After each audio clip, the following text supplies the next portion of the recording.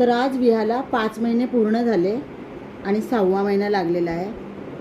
तर आम्ही प्रत्येक महिन्याला विहाचं जे महिन्याचा वाढदिवस असतो असं साजरा करतो। आता पावसाळा चालू झालेला आहे म्हणून पावसाळ्याची थीम ठेवलेली आहे। तर आता विहाचा महिन्याचा वाढदिवस आम्ही साजरा करणार आहोत। त्याच्यामुळे पावसाळ्याच्या थीमसाठी मी ही विहासाठी छत्री बनवायला घेतले।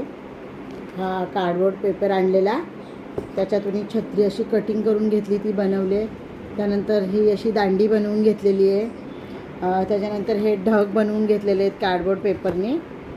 तो दुसरा व्हिडिओ तर मी तुम्हाला दाखवणारच आहे। असे वेगवेगळे ढग बनवलेले आहेत आणि हे पावसाचे थेंब बनवलेले आहेत। त्यानंतर या सरी बनवलेल्या आहेत आणि हे सगळं काम माझं इथे चालू आहे।